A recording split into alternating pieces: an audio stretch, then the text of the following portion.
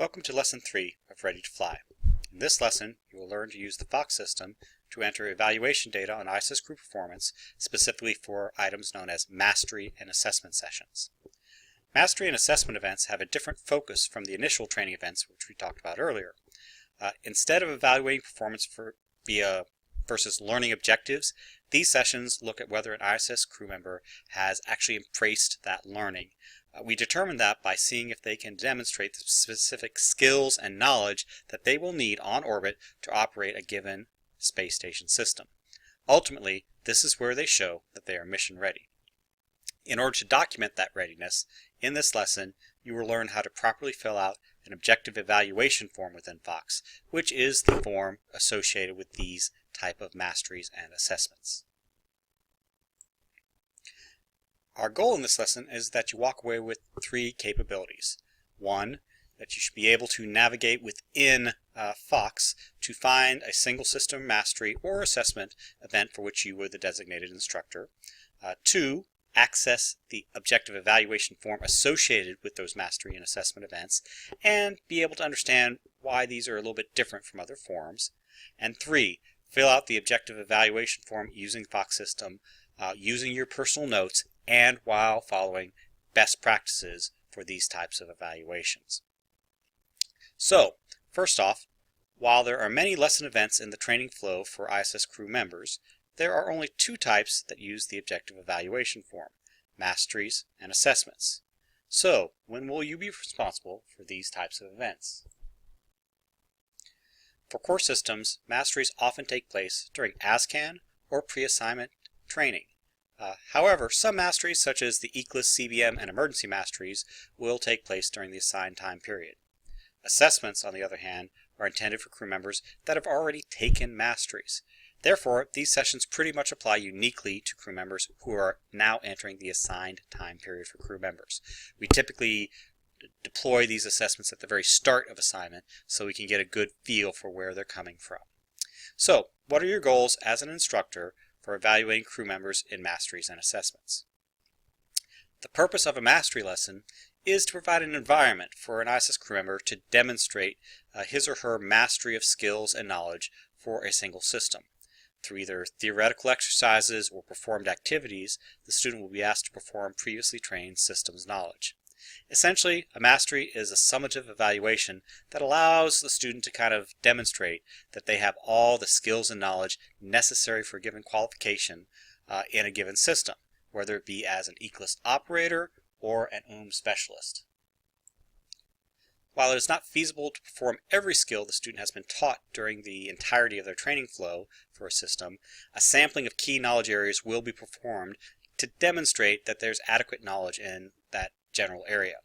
During your evaluation of their performance, you will be evaluating crew members on their performance of each of these skills or knowledge items. Now, the purpose of assessments is a little bit similar to mastery, but also different. It's similar in that you're looking for performance at a skill and knowledge level.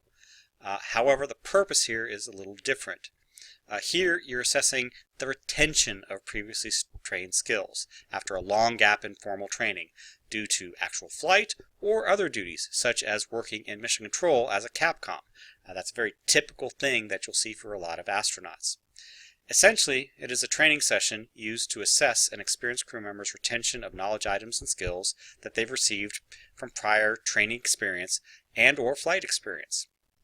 That skill level can vary quite widely, as skills practiced multiple times while in orbit, or while in console as a Capcom, or in various other duties tend to stick. On the other hand, those skills that have been infrequently practiced tend to fade significantly. Assessments basically are a mechanism to make sure the crew are given credit for retaining some skill sets, while also identifying any gaps in their skills or knowledge that will need corrective action during the remainder of the assigned time frame. However, assessments do not have to 100% focus on previously trained skills. The ISS keeps evolving, and crew skills have to evolve with it. What they got trained on 2 years ago may not actually be the system that they'll see 2 years in the future. It is totally fair to test new material to verify whether they may have gained some new practical experience via other assignments, say Capcom, etc. If the crew have acquired that skill set by means other than training, they should not be forced to go through additional training in that area. If they know it, that is good enough for us. On completion of the assessments, the strengths and weaknesses of the crew member's performance should be clearly summarized. Thus, the full training plan can then be determined based on the results of all that performance data. This resulting plan may include follow-up sessions and or retaking a subset or even all of a given system's training flow. It all depends on what level of retention the crew have shown. With that background, let's talk about actually giving performance evaluations for these types of sessions. Now, the process for pulling up a mastery assessment and for entering performance evaluations is basically the same here as what we saw for initial training events. In Fox, click on Evaluations on the left-hand bar, and it will populate with all outstanding evaluations for lessons that you are responsible for. And if you're responsible for a mastery or assessment, that should be inside that list. If you click on the small pull-down icon to enter the lesson evaluation form for a crew member, you'll get a little bit different form from what you saw previously. You'll get an objective evaluation form. ISS crew member performance data from mastery and assessment events are recorded in this form, which is a lot more skill-focused than what we've seen in previous forms. The objective evaluation form is focused on recording performance on demonstrated knowledge and skills. The idea is to assess whether an astronaut or cosmonaut can do the job at an acceptable minimal level at each individual skill. Masteries and assessments typically have a planned set of skills that will be evaluated. Each skill that is tested must be marked as mastered upon completion via a pull-down menu just to the right of each individual skill. However, one note in dealing with this form in Fox, the listing of skills may occur in a field that's not very expandable. To show the full description of the items assessed, you're going to need to click on the skill knowledge item to get the full readout. Otherwise, you get just a truncated skill. There is no mechanism to expand all. That's just a known feature within Fox that you have to deal with.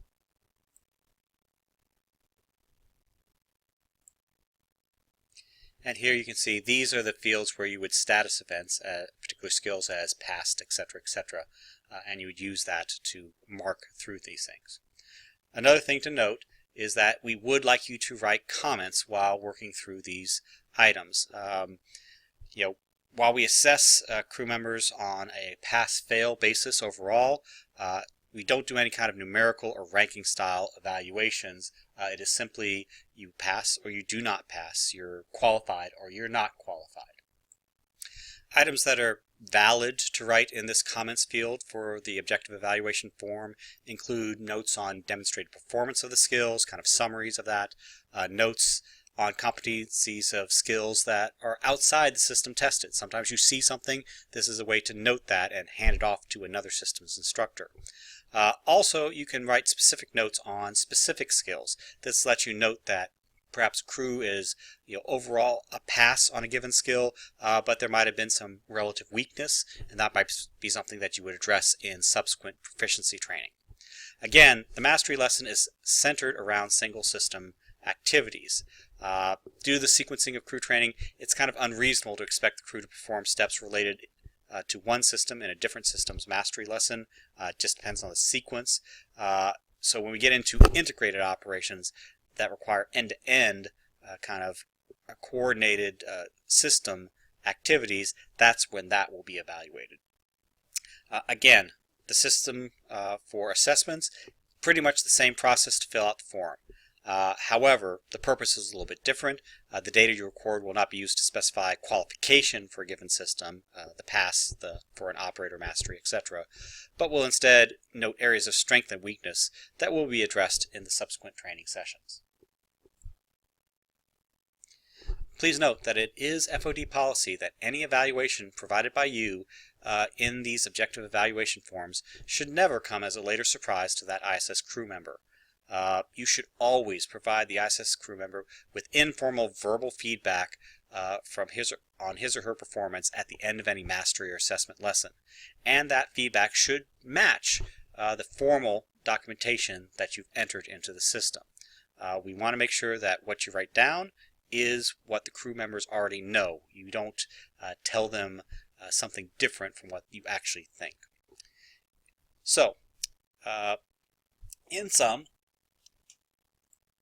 for masteries and assessments for your system, it is your responsibility to access your pending evaluations and fill out the objective evaluation forms, noting strengths, weaknesses, and skills, and comments on overall performance. Documenting mastery of skills via your performance evaluation of a crew member is a cornerstone of the Certificate of Flight Readiness process. It is perhaps the most important evaluation step in judging a crew member as ready to fly. Next, in Lesson 4, we will look at the process for evaluating how well crew are maintaining their demonstrated skills and the forms used to document how that proficiency is progressing.